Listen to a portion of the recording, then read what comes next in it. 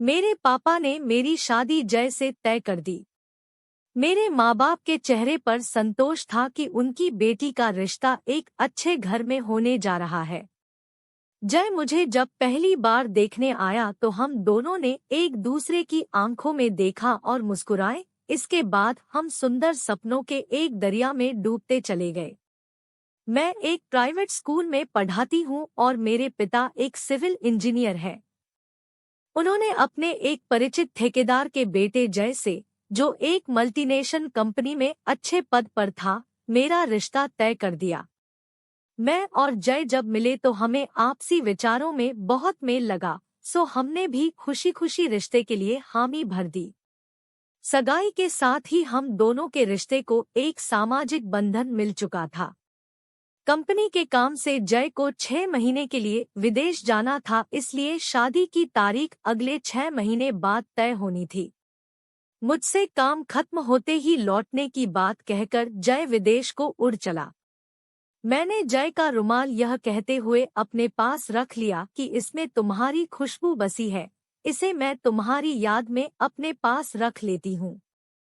एक शाम मैं अपनी छत पर टहल रही थी और हमेशा की तरह जय से फोन पर बातें कर रही थी।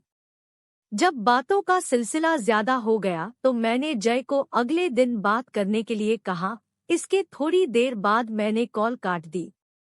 इसके बाद जब मैं नीचे जाने के लिए पलटी तो अचानक मेरी आंखें अपने पड़ोसी लड़के आकाश से मिल गई, जो अपनी छत पर खड़ा हम दोनों को बातें करता हुआ न जाने कब से देख रहा था। मैं आकाश को अचानक देखकर थोड़ा सकुचा गई और बोली, अरे आकाश, आप कब आए? मैंने तो ध्यान ही नहीं दिया। जब से तुम यहाँ आई हो मैं भी तब से छत पर ही हूँ। आकाश ने अपनी परतदार हंसी के साथ कहा। मैंने आंखें नीचे कर ली और सीढ़ियों की ओर चल पड़ी।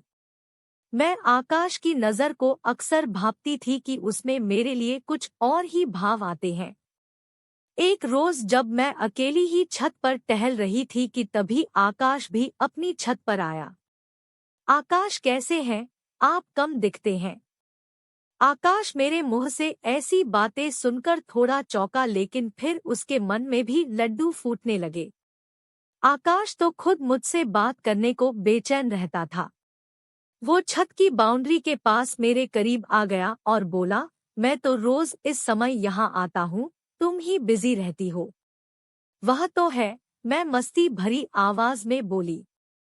क्या करूं आकाश, अब जब से पढ़ाने जाने लगी हूं समय और भी कम मिलता है। इसके बाद हम दोनों के बीच इधर उधर की बातें होने लगी। मैंने महसूस किया कि आकाश की मुझ पर गलत नजर है। फिर मैंने सोचा, हो सकता है यह मेरा भ्रम हो। कुछ दिनों बाद एक रोज मैं घर पर अकेली थी। सारे लोग एक रिश्तेदार के वहां गए हुए थे। मैंने अपनी छोटी बहन आशा को अपने साथ सोने के लिए बुलाया था। शाम का गहरा समय मुझको डरा रहा था। मैंने कई बार आशा को मैसेज कर दिया था कि जल्दी आना। मैं खाना बनाने की तैयारी कर रही थी, तभी मुझको छत पर सूख रहे कपड़ों का ख्याल आया, तो मैं भागकर ऊपर आई। कपड़ों को समेटने के बाद मुझे अपनी एक कमीज गायब मिली। मैंने आसपास देखा तो पाया कि वह कमीज आकाश की छत पर कोने में पड़ी थी। मैं पहले तो हिचकचाई, लेकिन फिर आसपास देखकर आकाश की छत पर कूद गई। मैं आकाश के आने से पहले वहां से भाग जाना चाहती थी, मगर जैसे ही मैं अपनी कमीज उठाकर मुड़ी, आकाश मुझे मुस्कुराता खड़ा मिला। मैंने एक असहज मुस्कुराहट उसकी ओर फेंकी।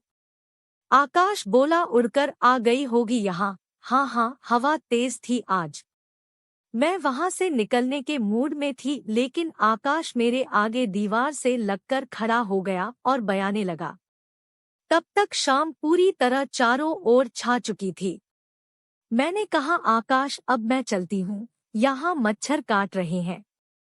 मुझे भी, आकाश ने अपने पैरों पर थपकी देते हुए कहा।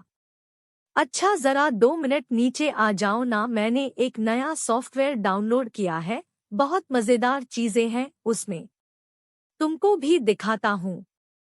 ना चाहते हुए भी मैं आकाश के साथ सीढ़ियों से उतर आई। मेरे मन में एक अजीब सा डर समाया हुआ था। आकाश ने लैपटॉप ऑन किया और मुझे दिखाने लगा। मेरा ध्यान जल्दी से वहां से निकलने पर था, तभी मैंने गौर किया कि आकाश के घर में बहुत शांति है। सब लोग कहाँ गए हैं? मैंने आकाश से पूछा। आकाश ने जवाब दिया, यहाँ भी सारे लोग बाहर गए हुए हैं, कल तक आएंगे। मेरा दिल धक से रह गया। मैंने कहा, आकाश अब मैं निकलती हूँ, मुझे खाना भी बनाना है।